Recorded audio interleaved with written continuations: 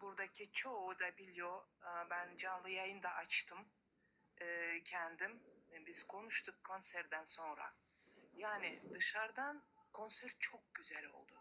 Hani inanılmaz. Mekan, yemekler, her şey 10-10.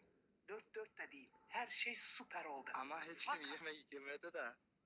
Evet, fakat dışarıdan izleme biraz şöyle diyeyim size. Ruslan Bey, hatırlıyorsanız benim Rus grubum var. Siz Evet. gelmiştiniz Rus gruba, görmüştünüz. Onlar bile takibe aldı size. Canlı yayını paylaştığım zaman onlar yurt dışında, İngiltere'de falan filan herkes izledi ve anlamadılar. Dediler ki bu ne? Bu ne? Yani sanki pazarda gibi. Ben doğruları söylerim.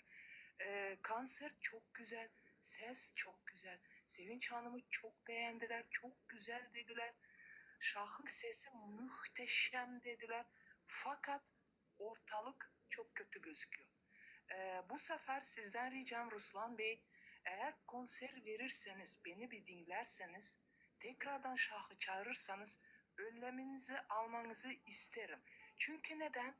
Bu bütün dünya izleyecek. YouTube'a yüklenilecek. Dışarıdan görünüm kötü. O ortayı açmanız gerekiyor. Nasıl Şah'ın o sahnesini sonradan kapattınız. Aynı şekilde ortamını kapatıp Şah'ı ben bilirim. Şah dans yaparaktan şarkı söylemeyi çok seviyor. O yüzden ortalığı alanı yapmanız gerekiyor. Ruslan Bey. O da sizde. Evet. Top sizde. Yani o alanı kapatmanız gerekiyor. Ortayı açmanız gerekiyor. Masaları kenarlardan koymanız gerekiyor ki Şah doğru düzgün orada şarkısını söyleyemedi. Çünkü neden? Herkes piske çıkıyor. Paç puç öpüşüyorlar, kucaklaşıyorlar. Tamam, anlıyorum. Sevenleri çok seviyorlar. Ama görünüm kötü dışarıdan. Anlatabiliyor muyum? Bəli. Siz danışın qurtarın, sonra ben danışacağım. Evet. O yüzden bilirim. Sizin de kafanız gördüm. Orada canlı yayında kafalarınızı tutuyorsunuz. Duvarlara vuruyorsunuz kendinizi. Zor. Yani Sevinç Hanım'ı orada sıkıştırdılar böyle. Alan çok küçük. Yani doğru düzgün şey yapamadılar yani. Anlatabiliyor muyum? O yüzden o ortalığı açmanız gerekiyor.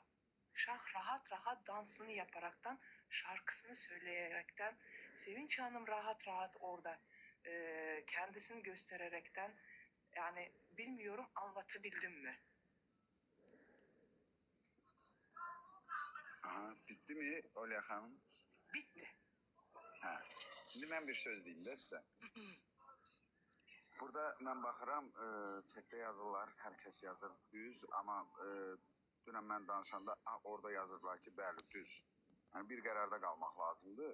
Mən ilk öncə bir şey deyim ki, bu sevgidir, bu istəkdir, bu coşqudur.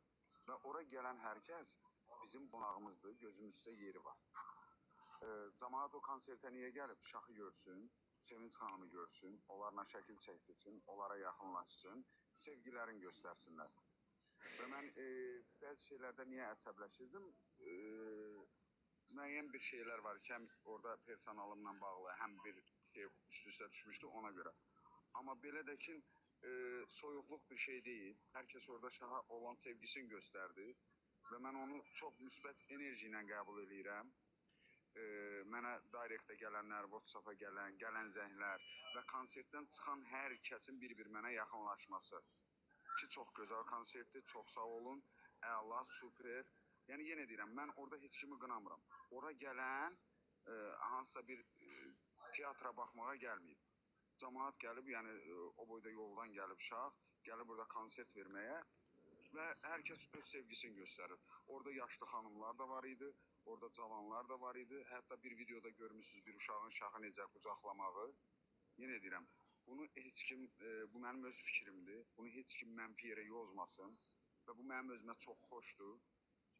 Çünki cəmaət sevir, istəyir, yaxınlaşır və qucaqlamalıdırlar da, öpməlidirlər də, sevgilərini göstərməlidirlər də, şəkil də çəkdirməlidirlər. Yəni cəmaət ora niyə gəlib? Əylənməyə gəlib, deyib gülməyə gəlib, şahı görməyə gəlib. Buradan da şahı görürlər, buradan da Sevinç xanımı görürlər.